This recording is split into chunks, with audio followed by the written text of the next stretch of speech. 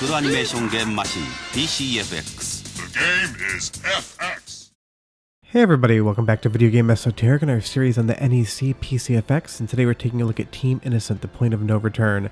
This is hands down my favorite game on the console, and while it's going to be a hard sell, I really want you guys to think about playing it after you're done watching this video, because it is just one of those games that I absolutely fell in love with when I first played it. And while we take a look at this really amazing anime FMV intro, if you could do me a huge favor, go down below and hit like, subscribe, and that notification bell definitely helps us out. And if you feel so inclined, you want to support the channel, we got a Patreon link down there as well. But this is the first game I ever played on the PC-FX, and I played it about 13 years ago, and for some strange reason I never do this, but I sold my PC-FX because I didn't think I was going to want to play it after I'd finished the games I was interested in. But Team Innocent is one of those games that I really wanted to revisit, and I now have another PC-FX, so I can do that. And as you can see here, it's very similar to a Resident Evil or a Dr. Hauser or Alone in the Dark, in that it has fully pre-rendered backgrounds, and as opposed to being a polygonal character, because the PC-FX can't handle polygons, you are a sprite running through the world. What I really love about this game is the atmosphere and the overall look, because for a horror survival game, it has a lot of bright, cheery nature to it, and a lot of the scenes are actually quite well lit and colorful, so it's a really interesting juxtaposition between what you would expect survival horror to be and what Team Innocent is. But when you kind of take out that brightness and a little bit of the anime aspect of it, you're left with a really intriguing game that has a lot of interesting visuals, a great soundtrack, and feels like something you've never played before. And I would say Hudson Soft, the makers of this game, did an excellent job with the pre-rendered backgrounds. It definitely looks very sci-fi-esque to me. If you ever played Deep Fear for the Sega Saturn, you're going to get kind of the aesthetic that it's going for here. But this came out before games like Resident Evil, so it's actually a little bit of a precursor. Of course, I'm sure they were in development at the same time, but there's something about this that kind of just feels like Resident Evil before Resident Evil ever did really exist, and that's what I love about it so much. But of course you're seeing it's all in Japanese. That's not really going to be too much of a hindrance to you, because 90% of what you collect in the level you're actually not going to utilize. They're just little bonuses for a scoring system, believe it or not. But there is a walkthrough online for this game and you can complete it from start to finish, no issue. And with something like Google Translate on your phone, you really can translate all the text out. You'll lose a little bit of the speech elements, but those are subtitled as well. So honestly, this is the type of game that doesn't automatically advance the speech. You can 100% play this with Translate to get out of the story what you want. But I love the way it's set up. You have 3 different missions, and each mission is one long, 1 to 2 hour sequence on a particular ship where you're trying to solve whatever mystery needs to be solved on that ship. But each one has a really big map, a lot of different floors to explore, and a lot of different secrets to uncover. I'm not going to show you all of them here, because there are some quite interesting ones that would be really fun to discover on your own. But basically, just like something like Resident Evil, if it looks like you should interact with it, and you're going to end up finding a lot of different things. Now, I will say there are enemies in this game, and at least in the first mission, they definitely aren't the hardest things in the world. But anytime something's going to happen in the game, you'll see we get this fully voiced cutscene right here, but you do get all the text over it. So again, you can translate it. And now you have the main enemy of stage 1, and that is a meep. They're M-E-E-P-S. I'm calling them meeps. They're kind of like a dragon with a scorpion tail. Whatever they are, they're really not much of a threat. And I would say that this game isn't the most difficult game ever, but what I just really love is going through it and looking at all the visuals, all the different color profiles and aesthetics that are going on here. I mean, we have this blue and a pink on the ground, and if you've seen my channel logo, you know those are colors I enjoy, but it just feels like a really vibrant, alive world, even if there really isn't that much going on in it. And I've just always loved this game. When I first played it, I really hadn't played anything like it before. Obviously, I'd played Resident Evil, but this felt just slightly different and unique in a way that I'd never encountered in a video game, and I've definitely never encountered it since. And I know you guys are watching this video and things are happening, but they're not the most thrilling things that you've ever seen. Trust me, just go ahead and play this game because you're going to find it to be quite interesting. And this does emulate perfectly on MedDefend, so you don't have to buy an original PC-FX and a disc like I am playing it here. But for me, I don't know why I decided to sell the PC-FX in the first place, and this is a game that will stay in my permanent collection because I just really love playing it, seeing what's going on in the story, and the overall world building around it. But that's kind of why I love this game so much, is it feels like something I've never really encountered. And this is a launch game for the PC-FX. This is one of the games that they wanted you to see to show you what the system was actually capable of. And I would say this does, stand up to something on the PlayStation 1 or on the Saturn, except for the fact that the characters aren't polygonal, they're just sprites.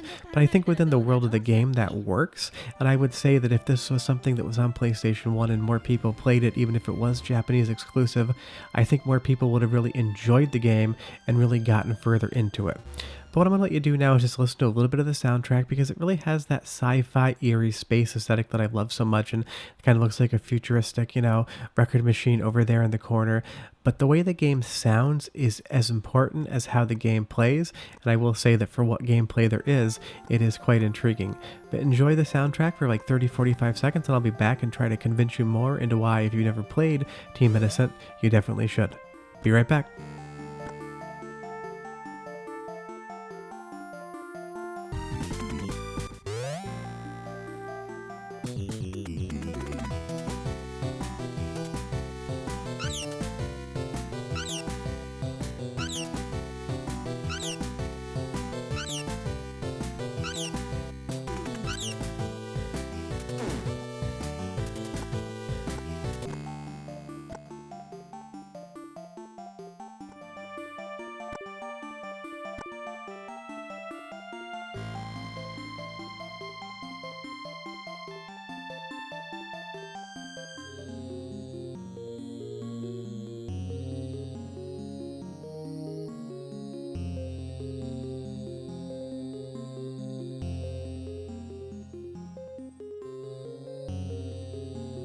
So you see we got a little bit of a story element there too, and like I said, Google Translate is your friend with this one, but I just can't say how much I love the soundtrack to this game.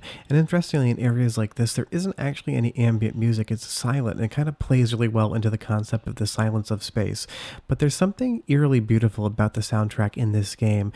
It's sci-fi, it's anime, it's all those things in the same time, and it just really fits what's going on. But you'll see now that we've got to the main computer room here, we are advancing the story, and even without a walkthrough, or even without translating this, I think you would be able to actually get through at least the first stage just by poking around, because the game gives you pretty good cookie crumbs as far as how you're supposed to get to where you need to be next. But I will say the walkthrough, which I will link below for probably 2 of you that'll listen to me and play this after I'm done with the video, you can follow along and be able to beat the game as well.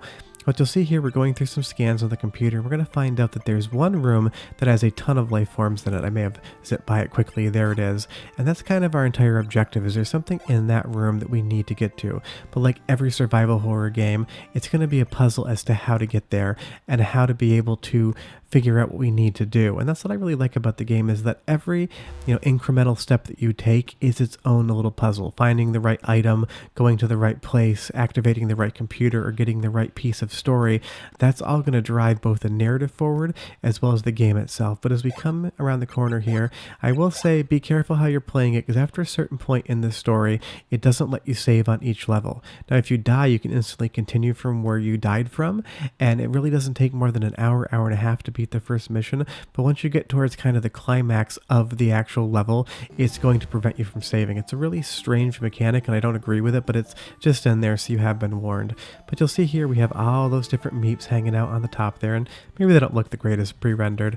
But we have to figure out how to get into that room, and this robot here, who I forgot actually wasn't our enemy, is going to give us a few items to be able to continue that. But I will say this is just the first stage, and stage 2 and stage 3 definitely get a lot larger and a lot more complex. We get more enemies, different flying robots, we even get some zombies in it, because of course it is a survival horror game. But what I'm going to do is, after this video goes live, I'm going to upload the entire playthrough of the first mission, because maybe that'll get you more interested in playing this game. Because those games that you love that no one's ever heard of, and you don't know if people are going to like them or not when you recommend them, Team Innocent is that game for me. If there was one game I could make everybody play and experience, it would be this one. And it's really interesting that a game like this comes up on my PC-FX list, because you would think of all the games I've talked about, all the games I play, all the games I own, there would be some other hidden gem game that I would want to bring up before a PC-FX game. But I will say, if you play one game on this entire channel that I've asked you to play, definitely make it this one. But you'll see here we're going to set a detonator near this little record player or whatever it is, and that's going to allow us to blow it up and do something in the level that will allow us to complete this particular stage. And you'll see here as the timer runs out, there's a big explosion, and we've done something that we need to do to be able to do this.